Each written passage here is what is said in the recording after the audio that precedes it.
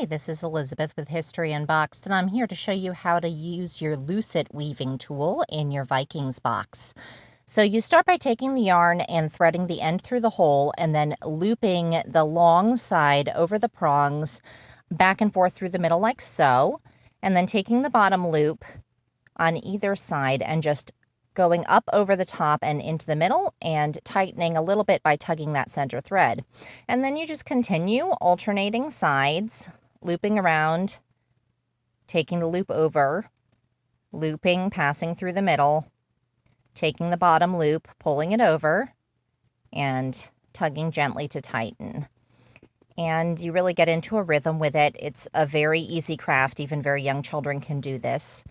And it's really quite simple. The only two troubleshooting things I have to recommend are not to pull it too tight for this this craft. We want to keep it kind of loose. It's a little easier to manipulate that way, and to always make sure that you're passing through the center, so crisscrossing each time and just pulling that bottom loop up over the top. And then you can see as we get it longer, it can pass right through that hole. And I'm just going to give you a top view to show you exactly how we loop over and through the center. That's it.